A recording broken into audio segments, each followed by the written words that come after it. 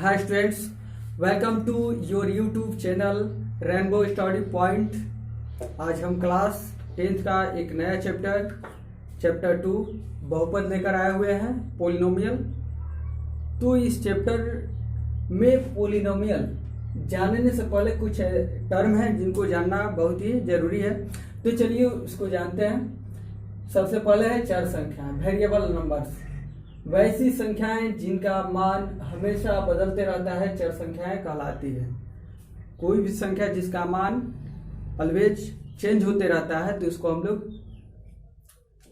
Variable numbers बोलते हैं। जैसे देखेंगे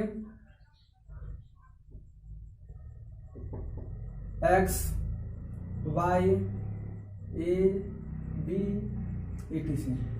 तो देखिए जो ये चर संख्या होती है, ये x, y, a, b यानी अल्फाबेटिकल नंबर्स होता है। इसको जनरली हम लोग स्मॉल अल्फाबेट से सूचित करते हैं, स्मॉल लेटर से सूचित करते हैं। और इनका मान जो है हमेशा बदलते रहता है। किसी क्वेश्चन को सॉल्व करने पर x का वैल्यू कुछ और आ जाएगा, किसी अदर क्वेश्चन को सॉल्व करेंगे तो x का कुछ अदर वैल्यू आ जाएगा। तो इनका मान हमेशा बदलते रहता है, इसलिए यह चर संख्या है। अब आइए देखते हैं अचर संख्या। तो वैसी संख्या जिनका मान कभी नहीं बदलता है उसको अचर संख्या कहते हैं। जैसे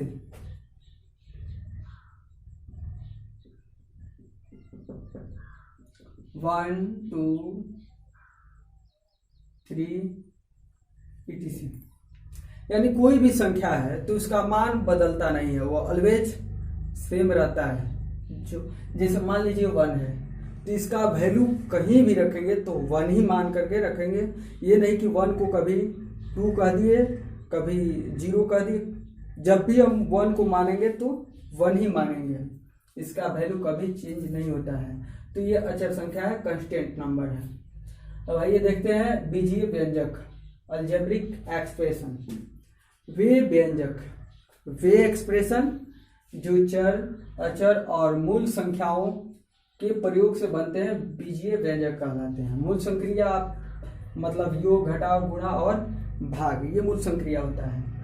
तो कोई भी व्यंजक जिसमें चर, अचर और मूल संक्रिया हो तो उसको बीजीय व्यंजक कहते हैं। जैसे में आप देखेंगे, मान लीजिए 3x, ये कौन सा, ये चर संख्या हो गया, और +4 ये क्या हो गया, अचर संख्या हो गया। और इसमें जो प्लस है वो क्या है, मूल संक्रिया है, योग है। तो इसको हम लोग क्या कहेंगे, बीजीय व्यंजक बोलेंगे। x +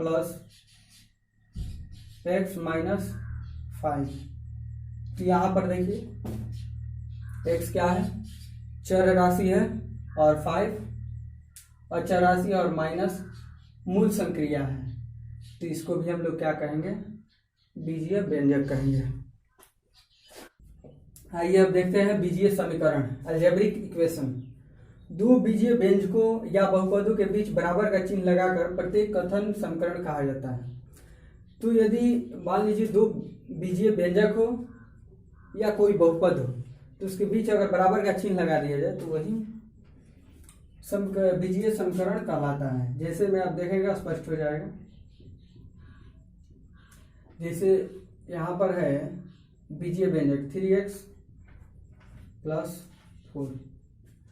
अब कोई बीजीय व्यंजक हो उसमें अगर बराबर लगा दें और कोई अदर संख्या लिख दें, जैसे मान लीजिए 3x + 4 = 7, तो ये क्या हो गया, यह बीजीय समीकरण हो गया। यानी कोई भी बीजीय, ये भी बीजीय व्यंजक हुआ, ये भी बीजीय व्यंजक हुआ, और इसके बीच हम = का चिन्ह लगा दिए तो ये बीजीय समीकरण हो गया। इसको भी देख लेते हैं। मान लीजिए x - 5 है तो यहाँ पर 7/2 या कुछ भी लिख देते हैं। तो ये दो बीजीय व्यंजकों के बीच बराबर का चिन्ह है, तो इसलिए बीजीय समीकरण है, अलजेब्रिक इक्वेशन से। आगे देखते हैं बहुपद। ये बहुपद क्या है, तो चर x में ऐसा बीजीय व्यंजक जिसमें चर x का घात और ऋणात्मक पूर्णांक हो। तो और ऋणात्मक पूर्णांक कहने का मतलब है कि नेगेटिव ना हो, और नेगेटिव ना हो तो घात कैसा हो सकता है, पॉजिटिव हो सकता है या जीरो हो सकता है। जैसे आप देखेंगे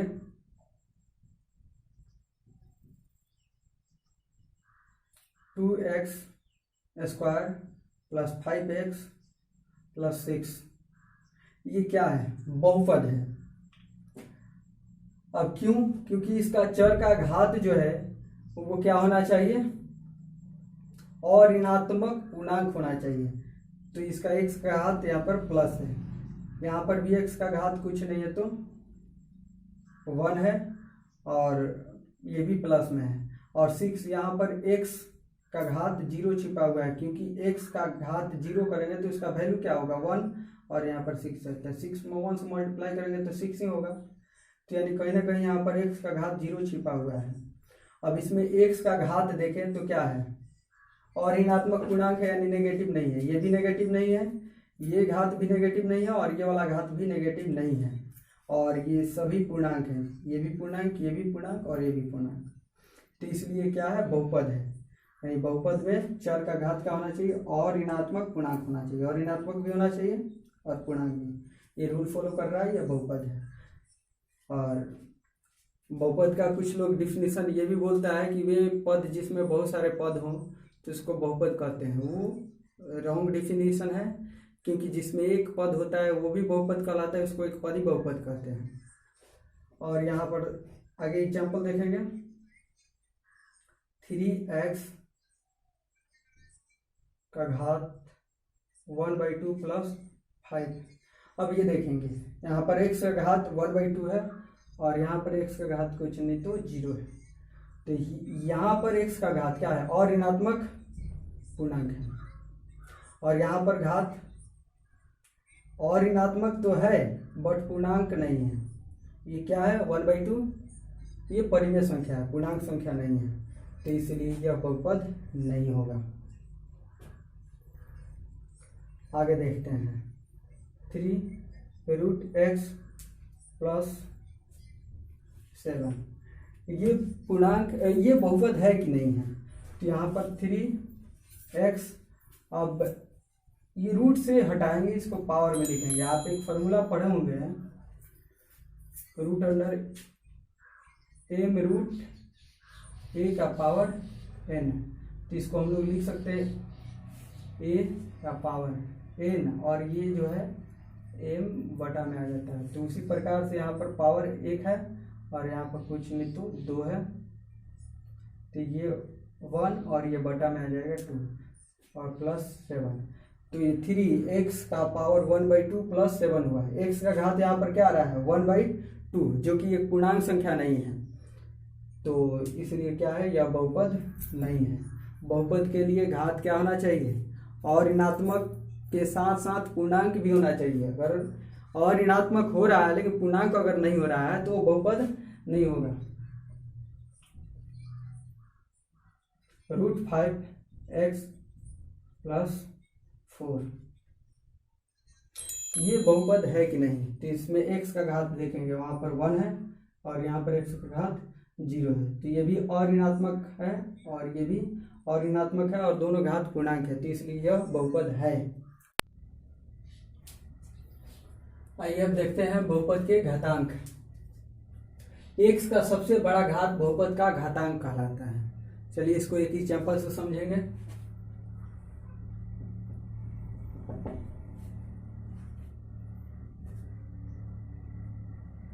इसमें सबसे अधिकतम घात क्या है 2, तो इसलिए इसका बहुपद का घातांक क्या हो जाएगा 2 हो जाएगा। बहुपद 3x² प्लस 5x प्लस 2 का घातांक 2 है। एक दूसरा एग्जांपल देखते हैं 3x का पावर 5 प्लस 2x² प्लस 3।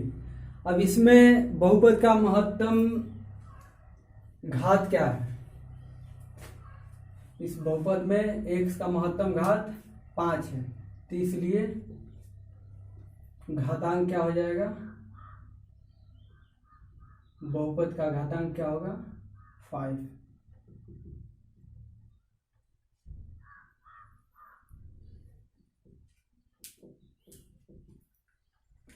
अब बहुपद का मानक रूप, आरोही अवरोही क्रम ही बहुपद का मानक रूप है। कोई भी बहुपद हो उसको आरोही क्रम में लिखते हैं या अवरोही, तो वो मानक रूप कहलाता है। जैसे में देखेंगे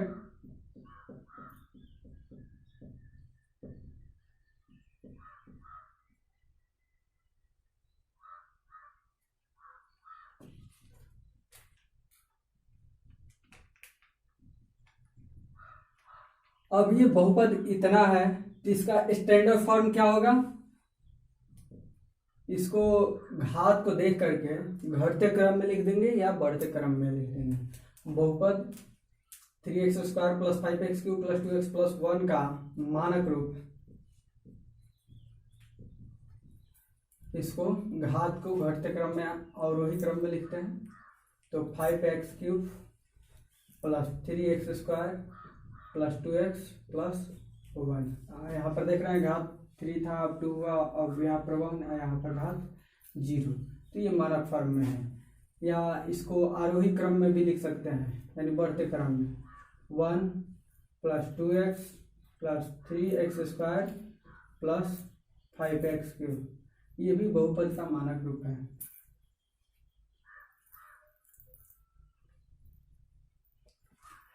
अब बहुपद के प्रकार देखेंगे तो पद टर्म के आधार पर बहुपद निम्नलिखित प्रकार के हैं। जैसे देख रहे हैं एक पदी बहुपद, जिस व्यंजक में केवल एक पद हो उसे एक पदी बहुपद कहते हैं। जैसे 5x, इसमें कितने पद हैं, एक पद है। x और 5 के बीच क्या है, मल्टीप्लाई है, तो मल्टीप्लाई से पद अलग अलग नहीं होता है। जबकि जब इसमें प्लस रखे या माइनस रखे तब पद अलग अलग होगा। इसमें माइनस और प्लस नहीं है तो इसमें पद एक ही है, तो एक पदी बहुपद हुआ। या 2x², ये भी एक पदी बहुपद हुआ। या मान लीजिए 7, ये भी एक पदी बहुपद हुआ। इसमें द्विपदी बहुपद देखते हैं, जिस बहुपद में दो पद हो उसे द्विपदी बहुपद कहते हैं। जैसे 3x + 7, इसमें दो पद हैं, एक पद इधर और प्लस के बाद एक पद। देखिए प्लस और माइनस चिन्ह के साथ पद बदल जाते हैं। 3x² - 5। अब यहाँ पर देखिए दो पद हो गया, क्योंकि माइनस चिन्ह जो है पद को अलग अलग कर दिया, एक पद इधर और एक पद इधर, तो ये दो पद हुआ, ये द्विपदी बहुपद है। त्रिपदी बहुपद, जिस बहुपद में तीन पद हो इसे त्रिपदी बहुपद कहते हैं। जैसे 3x² + 5x³ + 6x⁴। इसमें तीन पद हैं तो ये त्रिपदी बहुपद कहलाएगा। 5x³ + 2x + 3, इसमें भी तीन पद है, ये भी त्रिपदी बहुपद है। आइए देखते हैं घात के आधार पर बहुपद के प्रकार। इसके निम्नलिखित प्रकार है, घातीय, द्विघातीय और त्रिघातीय बहुपद। तो ये घातीय क्या है, वह बहुपद जिसका घात एक हो उसे घातीय बहुपद कहते हैं। जैसे देखेंगे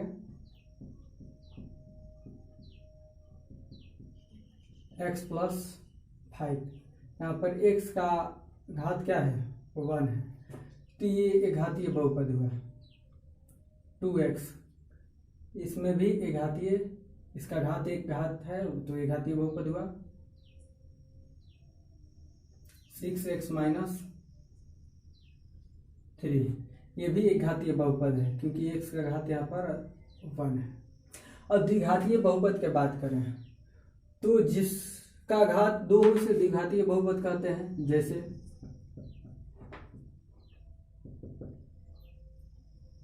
5x² + 3, इसमें दो पद भी है और इसका घात क्या है, 2 है, तो घात 2 होने के कारण ये द्विघातीय बहुपद है। इसके पद चाहे जितने भी हो इसका घात 2 होना चाहिए। 3x² + 2x + 3, ये देखिए पद के आधार पर देखा जाए तो त्रिपदीय है, लेकिन घात के आधार पर द्विघातीय होगा, क्योंकि इसका अधिकतम घात 2 है, तो इसलिए द्विघातीय बहुपद है। त्रिघातीय बहुपद वह बहुपद जिसका घात 3 हो, इसे त्रिघातीय बहुपद कहते हैं। जैसे 5x³ + 6x + 7, ये त्रिघातीय बहुपद है क्योंकि इसका अधिकतम घात 3 है। 3x³ + 4, ये भी त्रिघातीय बहुपद है क्योंकि इसके घात 3 है। बीजगणितीय पद, चर एवं अचर संख्याओं के गुणनफल को बीजगणितीय पद कहा जाता है। जैसे देखेंगे 5x, इसमें x चर राशि और 5 अचर है, ये दोनों का गुणनफल है यहाँ पर 5 × x, तो इसके गुणनफल को क्या कहा जाता है? बीजगणितीय पद या पद कहा जाता है। 5x² yz, ये भी क्या है? x² yz चर है और 5 अचर पद है, तो इसके गुणनफल को बीजगणितीय पद या केवल पद कहेंगे। गुणांक की बात करते हैं तो किसी पद में उसके चर के साथ जिस संख्या से गुणा किया जाता है उसे उस पद का गुणांक कहते हैं। तो देखेंगे जैसे यहाँ वाला ही एग्जाम्पल लेते हैं। जैसे मान लीजिए 5x है, तो इसमें क्या कहा है? किसी पद में उसके चर के साथ जिस संख्या से गुणा किया जाए वही गुणांक होता है। तो एक पद हुआ और इसमें चर राशि x हुआ, इस चर राशि से किसमें गुणा किया गया है? 5 से, तो 5x में गुणा का अंक यानी गुणांक क्या होगा? 5 होगा।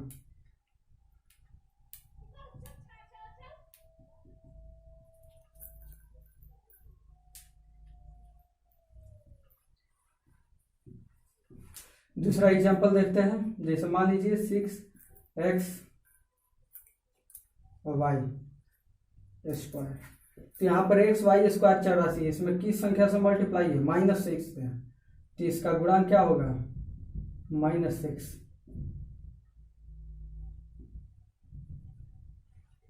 पद का घात, तो पद के सभी चर के घातांकों का योगफल पद का घात कहलाता है। कोई पद है उसका घात की बात करें तो क्या होगा? तो इसमें जितने भी चर राशि है उस सबको जोड़ लेंगे तो वो पद का घात होगा। जैसे 5x² yz, तो यहाँ पर जनरली कहा जाए z का घात तो 1, y का घात 1, x² का घात 2, लेकिन इस पद का, ये 5x² yz एक पद है, तो इस पद का घात क्या होगा? तो इसके चर के घातों को जोड़ लीजिए, तो चर x का घात 2, y का घात 1 और z का घात 1, सबको जोड़ने पर कितना आ रहा है? 4, तो इसका घात क्या हो जाएगा? 4 हो जाएगा।